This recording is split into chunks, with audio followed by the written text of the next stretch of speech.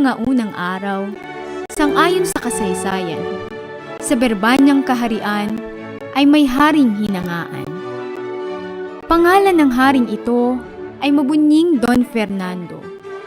Sa iba mang mga reyno, tinitingnang maginoo.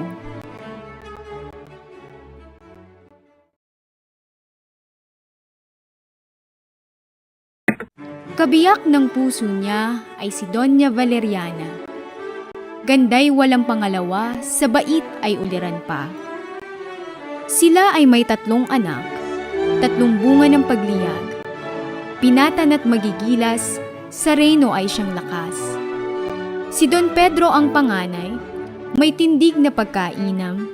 Gulang nito ay sinundan ni Don Diegong malumanay. Ang pangatlo'y bunso, si Don Juan na ang puso, sutlang kahit na mapugto, ay puso ring may pagsuyo.